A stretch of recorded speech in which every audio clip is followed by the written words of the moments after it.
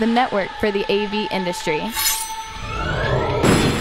What are you listening to? This is AV. This is AV Nation. This is AV Nation.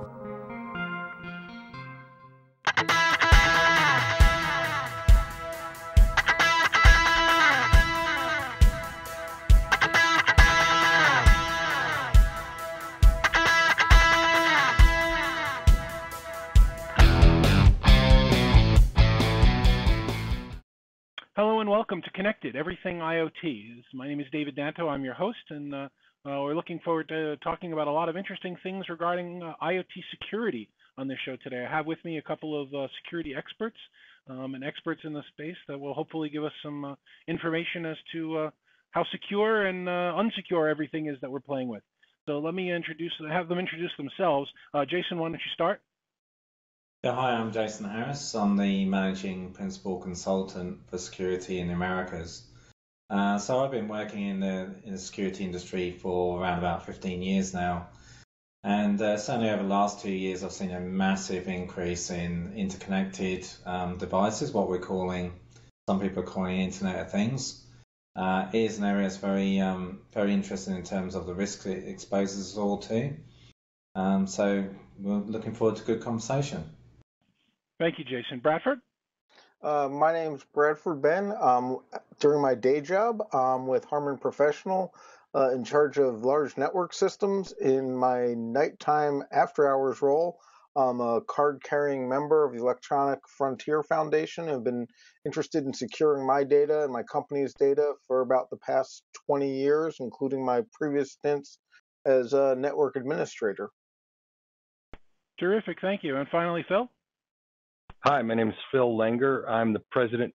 Can you hear me all right? Absolutely. Okay, just didn't see it come up on there. I'm sorry. So I'm the president of Show and Tell. We're a New York-based digital signage company. We operate and care for hundreds of video screens all over the world, including some of the large video displays in Times Square. And so, as you can imagine, we're very concerned about security and making sure that these powerful communication tools don't get misused and are treated properly and cared and fed well, from everything from content to operations to security. So I'm sure we'll talk more about that as the show goes on. Terrific, Phil. Thanks very much. Thank you, gentlemen, for joining me. Before we get into our conversation today, I'd actually like to take a look at a quick little clip from a movie I'm sure many of us have seen, and then that'll kind of spur us into talking about things. So hold on. We thought it was a communications error, but now it looks like the virus. Early warning in Alaska's down. What? Signals from half our satellites are scrambled beyond recognition. What about the missile silos, the subs? We've lost contact. All access inquiries to your supervisor. Let's pray to God this works. Skynet defense system now activated.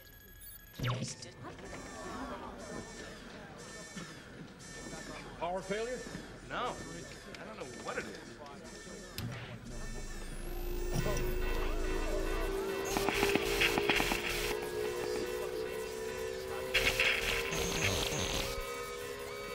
Tony, what the hell is going on? Daddy! Kay, what are you doing here?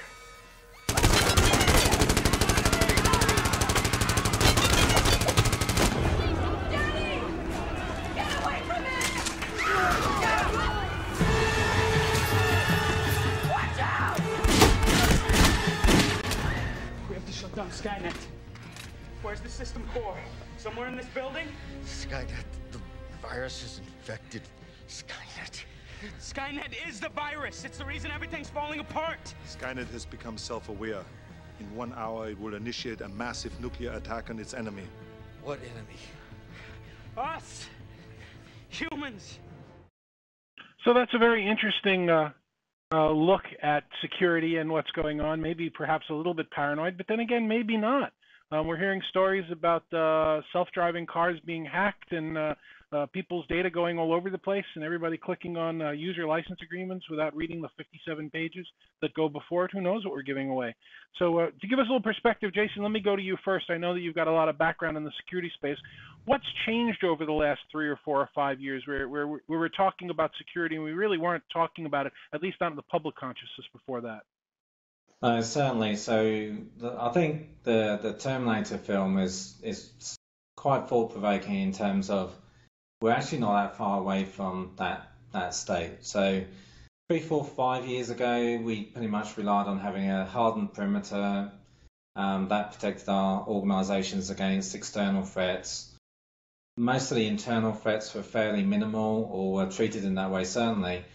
But obviously, over the last, particularly 3 years, we've seen this explosion in interconnected devices. So the first wave really we saw were particularly mobile devices, smartphones, etc.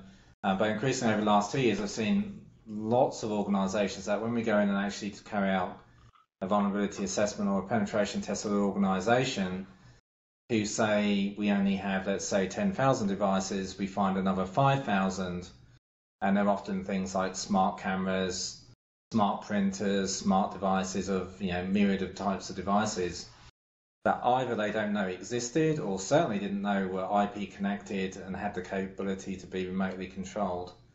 And certainly now we're starting to see this wave of smart devices in the home. And you made a really good point earlier, which was what I was going to raise, which is who reads that 50-page EULA that you click on? You say, yeah, fine. So the biggest issue that I see with all this, a lot of the issue is that people are clicking on those links, are allowing access to those devices to unknown networks, unknown systems, who knows. And the same goes for users inside of businesses. And all of a sudden, where is your network? The kind of Skynet thing. All of a sudden, you've got network links into another 5 or 6 or 10 or 20 networks. So you have an interesting view on security. Most of the high-profile hacks that we've seen have been through a smaller, weaker organisation into the big corporates. And certainly the amount of information that's being gathered and utilised is just exponentially rising. So, somebody gave me a good example the other day. He said that, his intelligent thermostat that he has at home. So I wonder if it's actually collecting data. I don't know, because when I go to Google now and I click on and I do a search in Google, I miraculously get these pop-ups for, filters for air conditioning appear at my local Home Depot store. Now, how do they know that I've got air conditioning and maybe I need a new filter? So we've also seen reputational damage caused by this. We're actually working with a big client over in on the West Coast where they were actually hit by somebody hacking into and changing their intelligent traffic sign. I won't say what it actually said, but it was pretty rude and it made the front page of the press. So we're actually seeing people utilising it, exploiting it. The thing that worries me more, and I think worries most people, is that now intelligence agencies in general are quite happy to just ingest any data that they can get on anybody, because who knows, they might need it one day. Yeah, no, that's a brilliant thought, and I think it was one of the comedians who made a whole video that Facebook was really an invention of the CIA, so it knows everything that we're doing. Phil, why don't you comment on that a little bit, because I know in my past life I was responsible for a whole bunch of those signs in Times Square, and you're responsible for a lot more than I am. Is that really a risk for you in terms of reputational damage of an organization with one of these large signs, somebody putting up some content on there that really shouldn't be out in public? Oh, sure. The fear is definitely the expectation always needs to be there that could happen. And it would, of course, be terrible. The larger the communication device is, the more power it wields, if you will. And so, reputational damage is something that we're very concerned about. It's a tricky. It's the internet is something we live and die by because we can't do without it. We wouldn't be able to operate this industry if it wasn't there. And so, it's that conundrum between how much security and how much convenience do you allow with certain prudence to having the correct security so that you're protecting your clients and their reputations. Well, I think Jason also made the point before that and Bradford or anybody, you guys can pick up on this. Security isn't what we thought it was. 5 years ago. 5 years ago, you either operated the system or it was secure and you couldn't get in. No connections, no firewalls, key to bar the door, all the different strategies. I think we've learned, based on who's been hit with hacks, that border security doesn't work. And all those things that we were doing to prevent ourselves from operating equipment probably was the wrong way of approaching it. Now the systems themselves need to be smarter to know not to do something stupid. I mean, is that how, what do you guys think about that? Well, I was going to say one of the biggest changes I've seen is literally walking into an environment and either being on their wireless network or on their wired network, and basically you're inside now and border security is gone. And now it comes down to access control lists and being able to get to things because, like you said, everything's connected. You can have people who tweet stuff that shows up on the big board. You have to worry about that for reputation damage.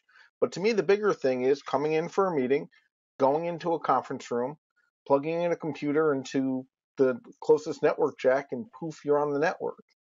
It's amazingly simple. There's also the other side, which me being paranoid is the open Wi-Fi that someone doesn't know about because someone put it at their desk to make their life easier. I'm wandering around looking for it. I pick up my handy-dandy iPhone. I see all the IP addresses and all the networks that are available, and I get in. I think the ultimate problem at the moment isn't the security systems, it's the security users who don't actually use it and end up letting the door be unlocked. Yeah, certainly from our experience, we're seeing that most of the hacks and most of our clients, when we actually assess their environment, the biggest weakness, the biggest gap is in people and process, not so much in technology.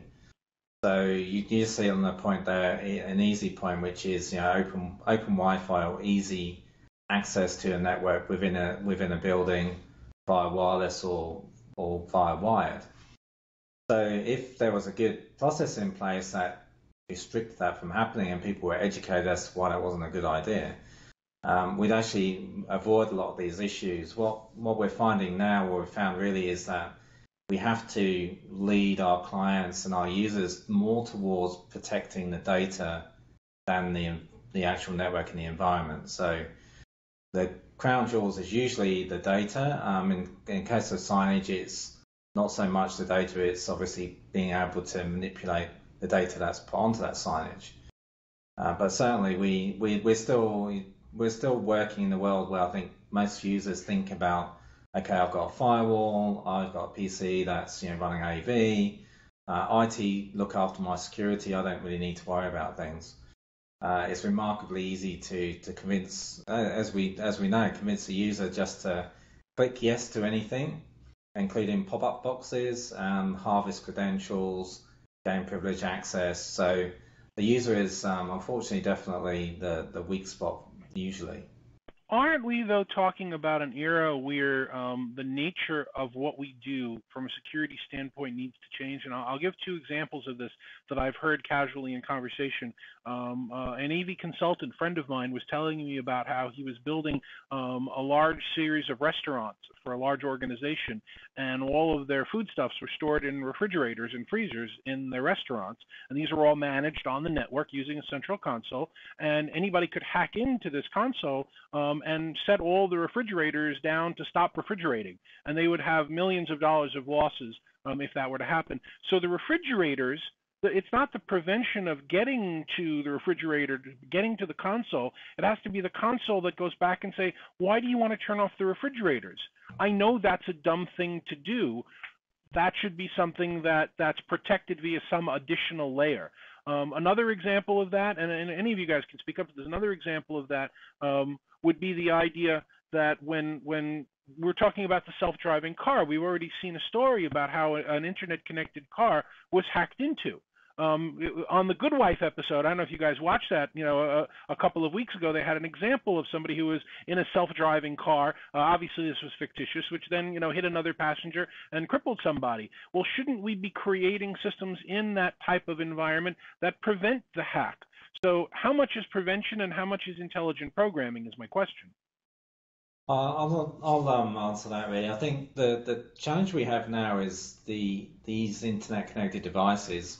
Most of them are very much consumer grade, or they're aimed at low cost market or as a value add. I mean, my friend was showing me the other day how he can control his fridge from his iPhone app.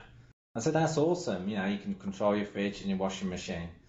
Now, unfortunately, that's it's a value add to a client or to a consumer. The amount of security that's built into those is not really industrial grade. So we're opening up the world to all of these myriad of connection points into either your own personal world or for your personal world into the business world. And certainly we need to, it's almost like we need to time out and say, right, okay, if we're going to do this, we need to actually do it maturely and look at the security in the life cycle of the whole of the program, the application, the data, how it's used, etc. That's not happening. I don't see that happening. I just see people rushing out. Wouldn't it be great to control my washing machine from the internet? I'll just sign that EULA and move on. The fact that that same phone is almost certainly their business phone that also has access to sensitive data, kind of doesn't even cross the user's mind. And certainly, the washing machine manufacturer, no, he doesn't care about that either. Guys, any other thoughts? I was going to say, I think that's a very valid point. There's always my first question, which is, why do I need an IP-controlled washing machine, toaster, or refrigerator? I understand the thermostat a little bit more because I'll admit I use it. I leave home and I forget to turn down the thermostat before I go on vacation. I can go online. But then comes the other thing of I'm a nerd and I've set up firewalls and I've set up access control lists on my switches, and I'll hold up for the camera. I set up the 2 iPhones, one that'll get me fired, one that'll get me divorced. Let you guys pick which one's which. But the whole separation of work phone and personal phone so that there is no security breach there that's likely, and I take my security pretty seriously.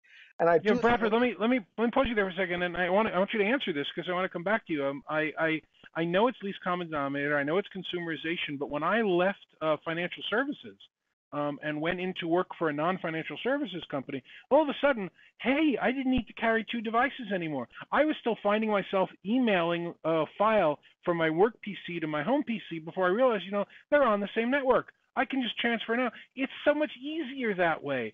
That's why I think consumers do that and avoid that separation, is because of how hard traditional IT has made it to do their job. Organizations will now say, no, you're not allowed to use any public cloud file sharing services, and instead of taking the no, people whip out one of those iPhones that you showed, and they go to Box or Dropbox or anything else because the no is the wrong answer.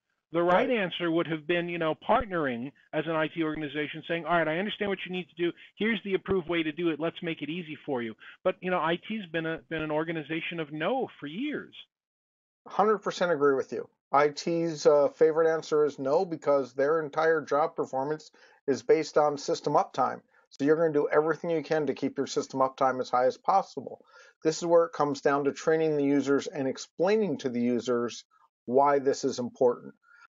Yes, I'm one of those weird nerds that reads the EULA and goes, I don't want to put my pictures up on Flickr, or I don't want to put them up on Google because I want to own the rights to my pictures, so I pay for my own hosting. Same thing with the email, same thing with other things.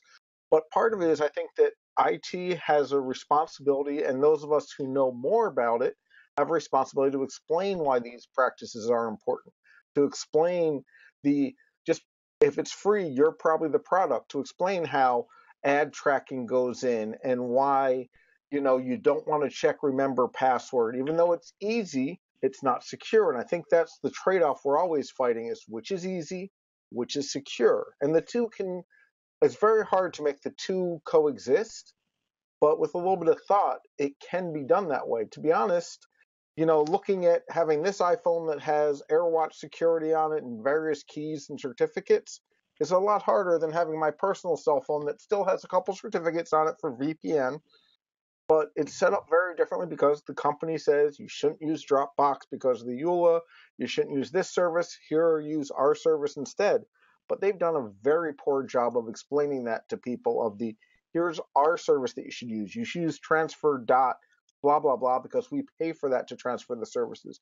And you can store files up there. But most companies, there's a problem between the users and the IT department, and I think is the root of the vast majority of the security things. We're starting to see a number of organizations delve into bimodal IT, delve into the IT organization that maintains the central core, and then a whole separate organization within the lines of business or business units that are there to get things done, that don't want to have to make themselves subject to those rules because they see those rules as being too restrictive or too arcane. They want to be a little bit more flexible based on what's going on in the market, and that bimodal is a result of all of this.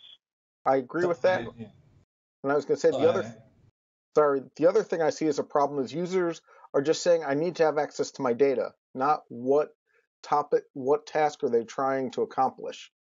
And if they're saying I'm trying to securely share a file with one of our vendors, that's a completely different answer than I need to send a large file securely to a vendor. And I think that's one of the things that bimodal IT is getting better at.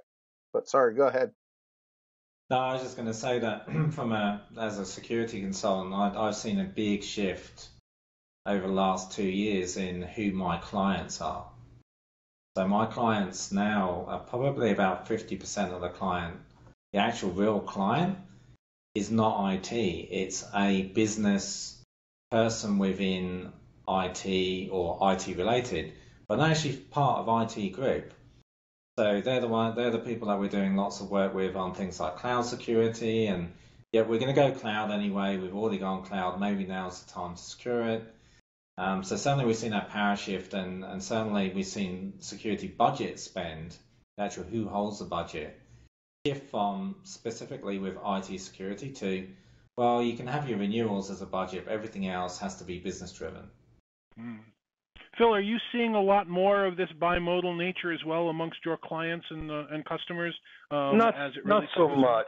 Yeah, I'm familiar with it. It's a fascinating discussion, and to a certain extent, it's a bit over my head from a security standpoint, but I am familiar with some of the procedures that are happening. I can tell you as a business owner, I get very concerned about security as it makes our flexibility a bit cumbersome. So in a way, it's almost like if I were to allow the people who maintain the city streets to designate what hours we can drive on the streets, well, we'd probably have much reduced ability to drive on those streets. So we can't necessarily let those folks just call the shots. We have to have a good balance between listening to their expert advice about how to properly maintain those streets, or in this case, the metaphor, our network systems. But also, we have to maintain this flexibility that allows us to be competitive. Like we're a small company, and we have to compete against some very large companies who have larger and more cumbersome security protocol, legal restrictions that you mentioned before. And so we have to, one, be clever about that, but also maybe sometimes more manual about our file transfers and so forth, so that we know that we're being prudent, we're being secure, but we're maybe not necessarily, using multiple secure servers all over the world. Maybe we use a sneaker net, and it could be just as secure in those sort of sense. So, it might be a low-tech answer to solve that security issue, but still maintaining security. I mean, I don't want to downplay the importance of that. No, it makes perfect sense. That's like that old parable about, do we invent the NASA space pen or do we just use a pencil? I'm totally on board with that. We haven't really talked as a group very much about the concept of the security of our own personal data, especially in the world of the Internet of Things, where there are so many sensors out there. I know one of you mentioned, and I certainly have experienced, that I've gone shopping on an Internet website, and I've priced out some things that I wasn't quite ready to buy yet, but I looked at them, and I looked at some of the reports on them, and then my next web search, all of a sudden the pop-up boxes were for that device that I was looking for. When we're using our mobile phones, when we're using tablets, when we're accepting these end-user license agreements, is there anybody out there looking out for the security of our data? I just jumped in as a regular consumer guy. That bugs the heck out of me what you just mentioned, that scenario, and I think it is becoming more mainstream about ad blockers and a product that I use a lot called Ghostery, which is a real a great product for browsers that allows the blocking of those cookies and tracking mechanisms. And it literally is a little watchdog pop-up. Anybody can use it. It's free to install in any browser, and it's a great tool to educate me about what's of my information is being watched. And we don't want to advocate just one product. There are any number of products. There's a lot of great products, but something that educates the user, that allows you to know what's being listened to and what's being watched, to really make that more transparent, is becoming more mainstream, that more people can use and understand what's going on. I really advocate for that. And I will say, one of the things that's been interesting to me, just from a knowledge and trying to learn more instance, has been the whole ad network and how ad tracking works. And yes, I'm using anonymizers and blockers of cookies and things like that, but the fact that it's not the websites talking to each other directly, it's the ad servers talking to you. So if you were at Amazon, or you were at Frugal, or you were at Alibaba, and it says, oh, you were looking at this widget, your ad tracker knows you're looking at that widget. So now your next ad server, whether it be through Google or DoubleClicks or whoever, will then push those things as well. It's not the website itself. It's an entire back network of just ad tracking that I think people aren't aware of. That's how you're the product. And it actually becomes a double-edged sword, in my opinion. We don't want to pay subscription fees for online content, but we don't want to have the ads that pay for online content. Sorry, go ahead. Yeah, it's interesting that I've lived in two countries with very strong privacy laws, data protection laws, so the UK and Australia, and moving to the US was an enlightening experience for me. That very quickly, I think within my first 2 weeks, I realized that actually in the US, pretty much can assume that you have no rights to privacy of your data, because once you give it to one company, there's actually nothing stopping them from sharing that around. And of course, we're seeing this commercial gain from sharing data. So that's something that's I can see different states are starting to clamp down on, but the data's already out there. There's so much of it out in the wild, and it's on everyone's system. And of course, as an ethical hacker, I never target the big boy. I always target a little tiny company that has a link to the other company, or let's target somebody who I know has a lot of data. So somebody targeting those ad companies, or that backbone, as you call it, Brad. That's where I can guarantee people are already either hacked them already or are targeting them because of the amount of consolidated data that they have. All right, so then we've talked about protecting reputational risk and protecting firms' large data, and we've talked about how there really isn't any privacy, certainly in the U.S., but that we're not aware of the privacy, certainly 2, 3, 4 clicks past that, as to who our license agreements are letting our third parties connect with. We haven't really talked at all about nefarious uses of data in hacking and interpreting. And I don't mean just shutting a guy's website down. I mean, we've got situations now where blood pressure monitors and blood glucose monitors and both in hospital networks and consumers are working from sensors, again, on the Internet of Things, over to devices. Who's to say that, I don't take a piece of medicine or medicate, or a doctor prescribe a piece of medicine based on incorrect data that's been hacked into from sensors that were lost out of control, not in security? Is that something we really need to, we're back to, Skynet again. Is that something we really need to start protecting against? Or are we just living in too naive a space right now? No, we do, Dave, and that's an area that I'm seeing a huge growth on with our clients in that space. There's so many interconnected and IP connected medical devices and medical systems that data that's in those systems is life or death information. So if you administer penicillin to a patient who's had their record hacked that says do not administer penicillin because they're allergic, that's life or death. Same thing with all these interconnected devices that gathering, let's say, blood work and immediately sending that blood work to a clinician's iPad. That's not science fiction, that's widespread. And we're only just starting to see those organizations that actually have that in place catching up with that. Actually, probably, maybe we should actually assess the security of that, and maybe we should start spending the money to catch up, because they're really, it's been very driven by the need to put something in quickly, and then don't worry, we'll catch up with security later. So yeah, it's a real risk. It's something that is growing and will only continue to grow. It seems very simple for everyone. Hey, great, we can feed this data everywhere now. We're seeing hospitals feeding that data in real time backs and forwards to paramedics in the field. So the ramifications of if you manipulate that data, or you actually intercept it, or do something with it, or delete that data is significant. I think you touched on the point just now where you were saying about nefarious use. Absolutely, we've seen the last 2 years particularly, the shift has gone from targeting credit card data to targeting personally identifiable information, because if you can claim somebody's identity and create fraud in that identity, you can make a lot more money. And all of that is funded by organized crime, for sure.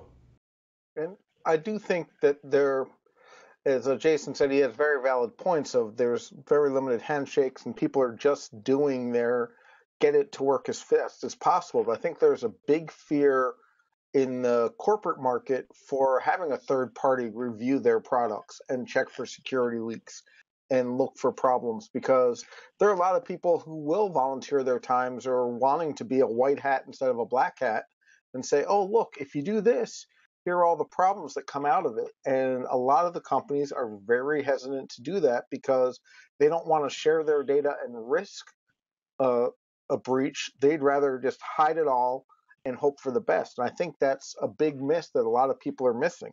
I also think a lot of companies aren't even doing the basics, like, for instance, encrypting your email. How easy is it to make it that you can't forward an email without the encrypted data? But most doctors' offices or financial offices don't even think about encrypting email. They just send you stuff and go to a secure website and hope for the best. There's all these simple practices, I think, that are just getting us used to the idea of security that we're all missing. Yeah, if I would just add one other quick thing to that. In terms of the more critical, as history shows us, the more critical systems we become reliant upon, the more important it is to have a plan B and a plan C. If we look at aviation and medical, technologies, there's always a backup to fall back on in case the new technology fails.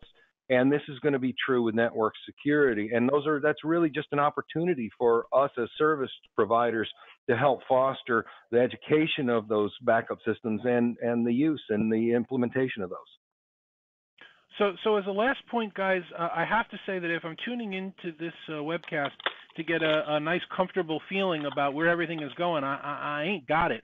I'm more scared than anything else. Are we going to need a tipping point? Is there going to be some catastrophe or some large event that will finally make us take the concept of security of the Internet and Internet of Things seriously?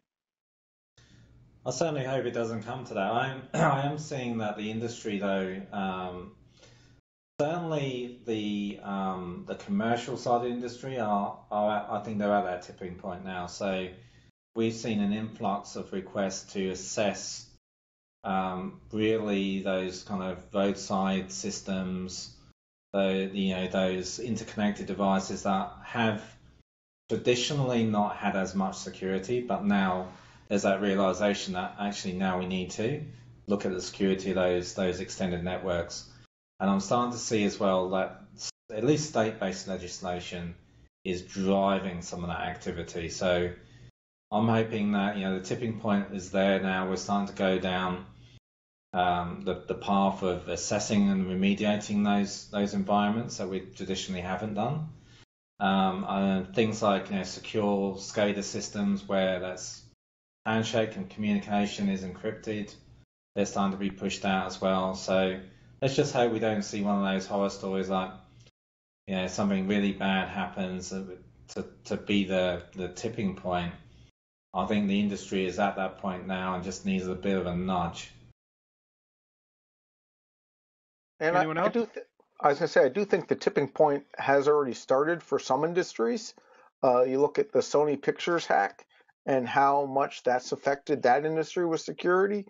And in the entertainment industry, it's gotten a lot more solid as to how the information's secured, the networks being separated from each other, and it being more difficult to get from network A to network B. But I think part of it is us as consumers have to decide it's that tipping point. I reached the tipping point on my own a couple of months ago when I was just sick and tired of every little website knowing, hey, I just looked for, this new Lego toy, and every website having it. So I started securing my data. I think it's up to the people to push that along. And as Jason said, you living in the States versus living overseas and the way that security data is there, I think is a huge eye-opener for people, is to see how other people treat your data much more respectfully than I think it's done here in the States. Yeah, I would agree. Just a quick period on the end of that sentence is that, it's not a cause to be hysterical or totally scared, but just more to be responsible and smart about your decisions. Instead of a tipping point, I kind of see it like a saw blade. There'll be little, failures, and there'll be little successes, and then there'll be little failures, and then little successes. But overall, the net is we're going to get stronger and stronger and smarter and smarter. So Skynet's not going to be here next week? Oh, Skynet's already here. Okay. It's called Google. Gentlemen, briefly on that note, or maybe not on that note, let me ask you each one more time. I'll thank you. And how do people get in touch with you if they want to? Jason? Just reach out to me on jason.harris@us.didata.com. Great. Bradford? I'm bradfordbenn.com, or just go to the Skynet, Google, and search for Bradford Benn or at Bradford Benn on the Twitters. Terrific. And Phil, Show and Tell? Showandtell.com, SHOWANDTELL.com, and I'm just Phil at showandtell.com. Terrific. Gentlemen, thank you very much. It's been a great conversation. Bear with me for 1 second because we just have a couple more clips that we want to show before we say goodbye for this episode. As many of you know, I'm involved with the CES show that's coming up in the second week of January. Where a couple of trade shows that take place that aren't necessarily as publicized as CES, and I was just at one last week and did just a few segments of video recording to give you a sense of what some of the new IoT products are that are coming out. So there's just a taster, just 3 of them. Take a look at these and we'll get back to you in a moment. I'm Colt Stanner from Basis. We're an Intel company. What's different about our product as compared to the rest of the competitors out there is that we really make a product that's made for wearing 24 hours a day. We incorporate a number of sensors, including an optical heart rate sensor, into a slim product that is really easy to wear all day and all night. The night piece is actually really important, as we are one of the few companies out there that can actually deliver insights about your sleep that include light, deep, and REM sleep.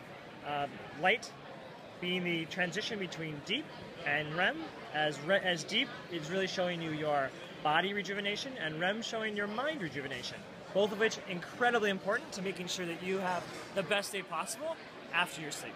How do people find out about it? Where do they go? Come to mybasis.com. Thanks. All right, so I'm Ben Jacobs, co-founder and CEO of Whistle. And we're here to talk about our latest product. This is the Whistle GPS Pet Tracker. It's a location activity monitor for your dog and your cat. But if your dog's to run away, you can know right away and get a text. If they're with a dog walker, then great. You can make sure they get home safely. But if they got out of that open window or that open door, you can make sure to find them wherever they are. The product's available now. You can find us at whistle.com. That's WHISTLE.com, just whistle.com. And it's $79 with a small monthly fee. Terrific. Thanks very much. Thank you. Ready to go. So this is the Roost Smart Battery.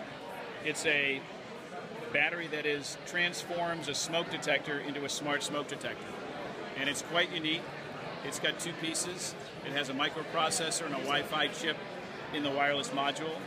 There's 2 lithium batteries and a transducer sensor in the top half. This is recyclable after 5 years. snaps together. The way that it works is that you download the Roost app on your smartphone, connect this battery to your home Wi-Fi, and then place the battery in an existing smoke alarm. Push the test button, and you get an alert on your smartphone whenever the smoke alarm goes off. It's available today at Roost site, GetRoost.com, Amazon, as well as Home Depot. And from a standpoint of, it's available now. It's doing great. We just started shipping it actually 2 weeks ago, so ready to go. Fascinating stuff, and you should look forward to seeing some more of that, a lot more of that actually, when I'm at the CES show in January. That'll be our next episode right after the start of the new year. So thank you very much for joining us and my panel of experts.